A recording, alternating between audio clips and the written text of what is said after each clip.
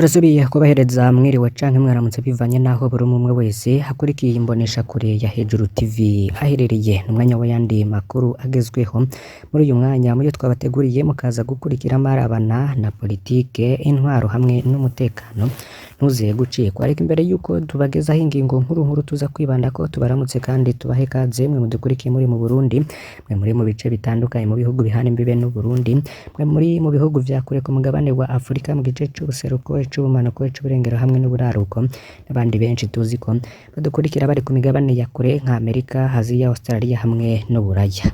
Turazi ko mukurikira kandi mukunda amakuru y'iyi mboneshakure ya Hejuru TV. Na n'ubu rero turasubiye kubaha kaze aho muri hose.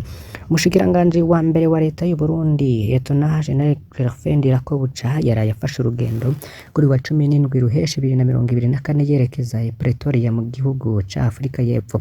Umushikiranganji wa mbere akaba yafashe urugendo mw'ico gihugu hagiye guserukiranya n'icubahiro mukuru w'igihugu c'u Burundi Varisito Ndayishimiye mu birori vyo kwimika Perezida Cyril Ramaphosa aherutse kongerwa gutora ku burongozi bw'ico gihugu. Abantu benshi rero bakaba bibajije imvo yatumye umukuru w'igihugu Varisito Ndayishimiye ataja ngaho muri Afrika y'Epfo, dore ko ngakunda kenshi kugenda ndetse akagendera n'ibihugu bigiye bitandukanye. Benshi rero bakaba babisanisha n'inkuru ziriko ziravugwa cane muri iki gihe ko Gervais Ndirakobuca yoba agiye kubogozwa, abandi bati yoba yaranditse kete ryo gutanga imihoho umukuru w'igihugu araryanka, abandi bati ubugenzi bwa Gervais Ndirakobuca na Prime Niyongabo bwoba buriko butera ikibazo Majoro Generale Evariste Ndayishimiye. Muri Nyakanga rero Ndayishimiye yaragerageje kubogoza Generale Prime Niyongabo bimutakwa bazi. Ndirakobuca yaranze gushira umukono ku itegeko rikura Prime Niyongabo mu gihe Ndayishimiye yari mu ngendo muri Cuba na Amerika, we yavuze ko iyo ngingo akeneye kuyivuganako n'umukuru w'igihugu General Jules Ndihokubwayo yari yasigaranywe.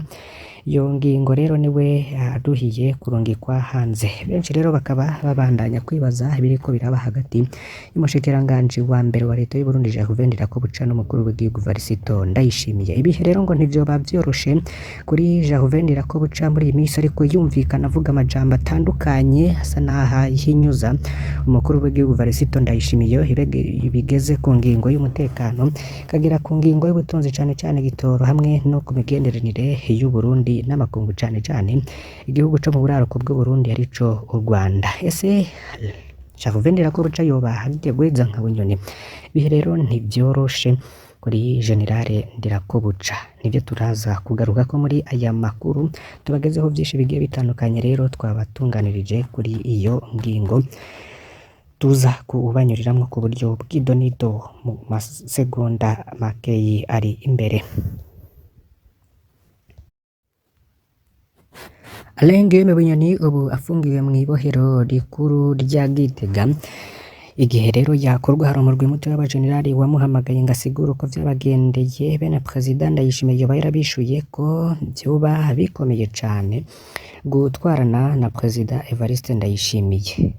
Alain Guillaume Bunyoni yagize ati ninde yoshobora gufasha umuntu avuga akazi vyose kandi ashoboye vyose gisata cose, avuga ko ibikorerwayo ari we bizi atanumwe aronka nico avuga.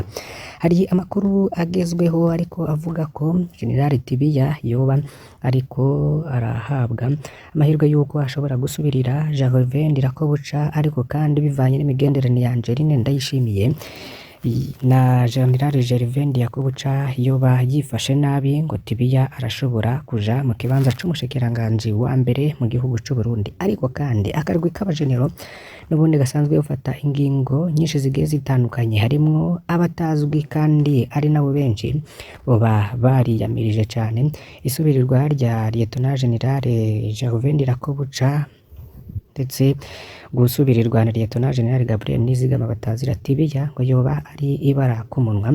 Jeanine Ndayishimiye rero akaba we yifuza ko amabanga akomeye y'igihugu yose yicaramwo inshuti ziwe, kuko na Lieutenant General Gabriel Nizigama batazira Tibiya ari inshuti ikomeye cane ya Jeanine Ndayishimiye. gusa hatari yasubirizwa amasoko yegereye Gervais Ndirakobuca aravuga ko aruhijwe no gufatwa nabi cane na Varisito Ndayishimiye, bakavuga ko intumbero yo gutanga imihoho yoba yarayimenyesheje bamwe mu bihangange mu butegetsi, ariko ntawuzi ko yokubahuka kuvuga ku mugaragaro ko atanze imihoho ko Mwarise Nzomukunda yabikora muri Nyakanga 2006.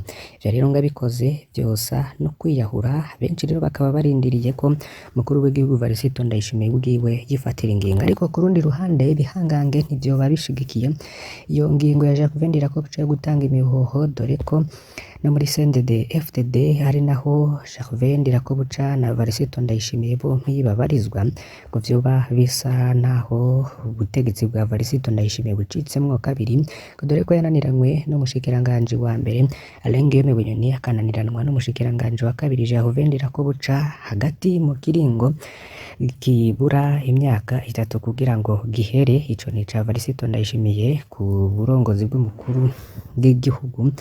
Ivyo rero bikaba bishobora kwerekana ko mukuru w'igihugu Varisito Ndayishimiye hari febre mu kurongora hamwe no gufatanya n'abandi bantu, ariko kandi bikaba byonasigura n'ikintu kinini cane ku bashigikiye Gervais Ndirakobuca, ku bashigikiye Reverien Ndekuriyo, ku bashigikiye Alain Guillaume Bunyoni, byoba vyerekana ko umukuru w'igihugu Varisito Ndayishimiye vyoba vyamunaniye gufatikanya nabo mu kurongora igihugu c'u Burundi. Niko vyifashe rero muri izo nzego zikomeye, urwego rw'umukuru w'igihugu, urwego rw'umushikiranganji wa mbere, hariko haravugwamwo amakuru menshi muri uyu mwanya. Rero nayo twari dushimye kubagezako.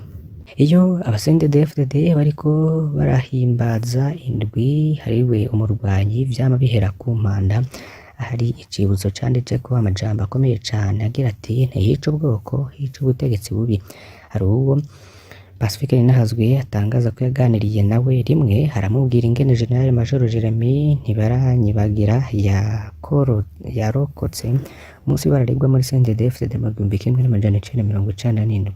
Aho uwo yayagana Pacifique Ninahazwe yagize ati barafashe intwazagabo za FDD zitava i Bururi baraziboha bazijana mw'ijoro, ntizashobora kubona bazijanye, barazitondeka baza barica umwe bavuga ko itegeko ryaba ryavuye kubatwara CNDD FDD. Ico gihe yatinya ko intwazagabo zitava i Bururi zibaye nyinshi cane zizohava zigombokana zikamukura. Bageze kuri Jeremy Ntibaranyibagira izuba ryaciye rirasa, bwari bukeye. Kubera rero ngo ababica batashaka kuboneka, baciye bahagarika bamuta ngaho ngo niko yakize. Jeremy Ntiranyibagira bavuga ko yari intwazagabo irinda cane kandi incabwenge, ariko iterekwa akarenganyo. CNDD FDD igeze ku butegetsi, Jeremy Ntiranyibagira yarahawe amabanga akomeye mu gisirikare, mbere arahabwa amapete yo hejuru. Muri 2015 Ntiranyibagira yari mu ntwazagabo zike cane zari zigeze ku ipete rya General Major,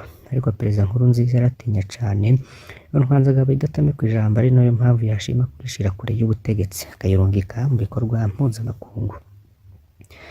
Mu 1993 Jeremy Ntiranyibagira atihanganiye igandagwa rya Perezida Melchior Ndadaye n'ihonyango ry'ibwirizwa shingiro muri 2015, niko naho atihanganye ihonyango ry'ibwirizwa shingiro ryakorewe na Petero Nkurunziza mu kuyagira ikiringo ca gatatu atari kuriwe.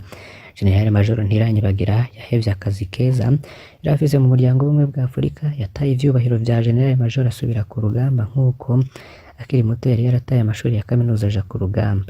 Muri 2017 General Major Jeremy Ntiranyibagira na Lieutenant Colonel Edouard Nshimirimana batanguje umuhari FPB wari ugamije kurwanya agahotoro k'intwaro ya Nkurunziza. Ni amahirwe bagize kuko muri Gitugutu 2017 baranyurujwe n'iperereza ry'u Burundi ribakuye muri Tanzania, baraborezwa igufa, baricwa nabe mw'iperereza Muyinga baricwa. Mbega Jeremy Ntiranyibagira ni intwari canke si intwari? Nimba ari intwari yayibaye arwanira muri CNDD FDD gusa, canke yayibaye igihe cose yemeye guheba ubuzima akaja ku rugamba yumva ko ari uwo guhabuza igihugu?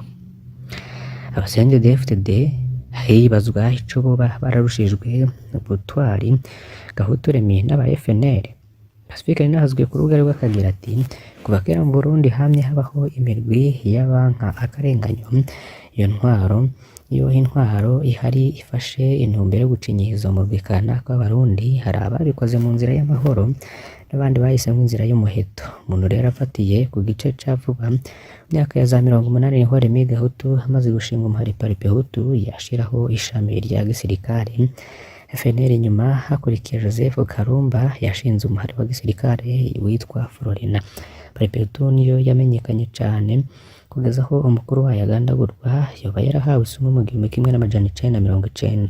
Urupfu rwa Remy Gahutu ntirwahagaritse urugamba rwa FNL, ahubwo rwatumye hanabaho n'ibitero bikomeye nk'ico mu 1991 benshi bibuka. Bahavuye rero bafata ibirwanisho bose, mu nyuma barafise ico bakuye kuri Gahutu Remy. Benshi mu batanguye urugamba rwa FDD baraciye muri FNL. Aba FDP nibo bakurikiye inyuma y'igandagurwa rya Perezida Melchior Ndadaye, barahava bahinduka ishami rya gisirikare rya CNDD-FDD. Murantunge rya CNDD yashinzwe na Leonard Nyangoma mu 1994. Baca bitwa ba FDD. Uko imyaka y'urugamba rero yaba myinshi niko CNDD yagiye iricamwo imirwi yankana maze ihivyara CNDD ya Nyangoma, kaze FDD ya Jean Bosco Ndayikengurukiye na CNDD-FDD ya Pierre Nkurunziza na Hussein Rajab. Abo bose umwe wese yaragumanye ishami ryiwe ry'abarwanyi. Muri Parpehutu naho nyene baragize n'amashami menshi kandi nayo yavuga ko afise igisirikare. Imirwi yose rero yaratanze abarwanyi bahavuye binjira mu gisirikare n'igipolisi c'u Burundi. None aba CNDD-FDD boba barusha ubutwari Gahutu Remy n'abamukurikiye. Leonard Nyangoma yatanguje n'abamukurikiye, Joseph Karumba wa Florina n'abamukurikiye, agatorwa asa n'abasangiye urugamba. Umutima wo gukunda igihugu cabo n'ubwitange bwabo vyoba bitagira agaciro. CNDD-FDD boba barushije ubutwari abasirikare ba kera b'u Burundi. Iyo umuntu avuze abarwaniye igihugu ntashobora no kwibagira bari abasirikare b'igihugu, nabo nyene baritanze bidasanzwe, barapfuyemwo batari bake. Aba bose rero bapfuye bazira urukundo bari bafitiye igihugu cabo, naho batabonwa ku mwana ba CNDD-FDD uko igihugu cotunganywa. Igisirikare c'u Burundi FAB canke Forces Armées du Burundi nico conyene mu karere turimwo kitaneshejwe ngo comoke. Mu Buganda igisirikare ca Idi Amin Dada caraneshejwe n'abaroberi mu 1979. Ica Tiko Kero caraneshejwe n'abaroberi ba Yoweri Museveni mu 1985. Mu Rwanda igisirikare ca Juvenal Habyarimana caratsinzwe n'abaroberi ba FPR kiromuka mu 1994. Muri Zaire igisirikare ca Mobutu caraneshejwe n'abaroberi ba Laurent Désiré Kabila mu 1997. Muri Congo Brazzaville igisirikare ca Pascal Lissouba caraneshejwe n'abaroberi ba Denis Sassou Nguesso mu 1998. No muri Centrafrique vyabaye gutyo. Mu Burundi niho honyene ata bintu nk'ivyo vyabaye mu butwari bw'aba ex-FAB, maze intambara zirangizwa n'ibiganiro. Reveriyano Ndikuriyo urayimanga ko aba CNDD-FDD batigeze bagaba n'umutumba umwe gusa w'u Burundi. Ninde yohakana ko aba FAB bari bafise ubutwari? Abarwanya bose rero barafise ubutwari, ariko baranafise n'amakosa, kuko ngo imirwi yose yarwanye irafise ico yamaze, irafise kandi amakosa yakoze. Nta ruhande na rumwe rwari rugizwe n'aberanda, ariko bose bari abana b'u Burundi batanze ubuzima bwabo kubw'urukundo bari bumva bafitiye u Burundi. Ubwo butwari rero bwa bose nibwo bukwiriye guhimbazwa no ku munsi w'umurwanyi ngo CNDD-FDD biziraza hatagiyemwe vyo kwikunda no kwihayagiza. Ngo ntawe kwibuka murwanyi ngo yibagire Gahutu Remy canke agatorwa asa nabo basangiye urugamba. Leonard Nyangoma nabo basangiye urugamba, Petero Nkurunziza canke Hussein Rajab nabo basangiye urugamba, Filimini Sinzoiheba canke Cyril Ndayirukiye n'abandi basirikare basangiye urugamba. Amasezerano ya Arusha yabahuje mu nzego zimwe ku bw'iteka ry'u Burundi. Ntabwo bamwe rero bakwiriye kwama bashirwa hejuru y'abandi, bakanasubira kugarukana imvugo zo kwitana abansi kandi barasinye n'amasezerano y'amahoro. Iyo rero mu Burundi hahimbazwa intwari zitangiye Burundi, ngo abarundi ntibakwiriye no kwibagira igihe cose basohoye urusoro bariko bica mwene wabo w'umurundi. Ngo ntidukwiye kwibagira yandi mabi menshi cane intambara zakoze mu Burundi. Niko rero harabayemwo ubutari bukomeye, ariko harabayemwo n'amabi atagira izina. Babaye intwari baranakoze n'amahano atagira izina, harimo kwica abarundi bene babo, hari kwica abo basangiye urugamba, hari gufata ku nguvu abakenyezi, hari uguhohotera kiremwamuntu, hari gusambura igihugu n'ibindi byinshi. Kuko tuzinga amabi y'intambara, ikibazo dukwiriye kwama twibaza ku munsi w'umurwanyi ngo ni ingene twakwirinda ibintu bituma abana b'u Burundi basubira kwiyumvira gufata umuheto. Muri kahise intambara zatewe n'ibintu bine: hari ikumirwa ry'abahutu, ihungabanywa rikomeye ry'agateka ka muntu, akarwi gateka k'abarundi bigaruriye ubutunzi bw'igihugu kabanje no kwiyambika ubwoko kanaka, kubura ijambo n'ubwidegemvyo mu gihugu. Nta na rimwe rero ngo intwaro yubakiye ku bintu nk'ivyo ngizotanga amahoro mu Burundi. Kuva CNDD-FDD ifashe ubutegetsi haramaze kuvuka imihari myinshi cane, intambara zimaze guhitana abana b'u Burundi batari bake. Uko intwaro za kera zigenza mu gihe imihari yaba itarakomera, niko n'intwaro ya CNDD-FDD ngo yigenza uyu musi. Intwaro zose ngo zamye zerekana ko ababateye hari inkozi z'ikibi, imirwi y'iterabwoba, imirwi y'abasuma ataco izoshikako. Mu nyuma rero igihugu kigateba kikaba nabi, abategetsi rero bakiyumvira umuti uko ari uko ibara rimaze kugwa. Nta ntwaro n'imwe rero ngo izoshimirwa kubera ko yashoboye kwica abarundi bose vyashitse bakavyura umutwe biyamiriza agahutu n'agacinyizo. Intwaro nziza ngo niyo izoshira hamwe abarundi bose, ikabaha umwidegemvyo bose, ikabinjiza mw'iterambere atagucagura. Intwaro yose yigamba kwica abarundi banje gukubita abansi ngo iba ari intwaro mbi, haba muri kahise haba no kuri ubu. Pacifique Ninahazwe rero agaherahiza iyo nkuru yiwe agira ati: nivyo ntihica ubwoko, hica ubutegetsi bubi. Twamwe twibuka ko ubutegetsi bwose butandukanye abarundi buba ari ubutegetsi bubi. Ubutegetsi nk'ubwo budukwegera amahano, burica kandi buvyara kwicana hagati y'abarundi. Inkuru rero tubagejeje twifashishijwe ivyanditswe na Pacifique Ninahazwe ku rubuga rwiwe rwa Facebook. Murumviriza rero ko hari n'amajambo twatanguriyeho ngo y'ingene ngo ubutegetsi bumeze nk'inzoga. Inyuma icupa rya mbere umuntu aryohewe yemereye nk'intama, inyuma y'irya kabiri umengo umuntu yamize intambwe, aca yiyumva rero akomeye ku buryo ngo adakeneye n'umwe amuhaririza. Uwarinyoye arondera kwiyemera no kubahwa, nabuse nk'intambwe mw'ishamba. Inyuma rero y'icupa rya gatatu umuntu ahinduka ingurube, ngo ivyo akora birateye isoni. Ngo mu bijanye n'ubutegetsi naho ngo umwanya wa mbere ni harya ngo umutegetsi mushasha aba yicisha bugufi, yiyorosha ukamengo n'intama. Mu gice ca kabiri rero ni harya ubutegetsi atangura kwigenza nk'umwami nyene ubushobozi bwose, maze agahinduka umuntu atinyitse cane, ariko ngaho biba bikigenda abatinyitse gusa. Ngiyo umutegetsi ageze mu gice ca gatatu ntabatinyitse gusa, ahubwo ageraho yankwa urunuka n'abanyagihugu biwe. Ivyo rero bikaba vyaratangajwe na Amadou Hampate Ba. Ayo majambo rero Pacifique Ninahazwe nawe akaba yayifashishije ku rubuga rwiwe. Turabakengurukiye cane banywanyi bacu mudahwema gukurikira ibiganiro n'amakuru tubagezaho. Mbasabe kugira ngo ntimuze gucikwa n'izindi nkuru tuza kubagezaho mu masaha ari imbere. Turaza kubana. Imana ibahezagire.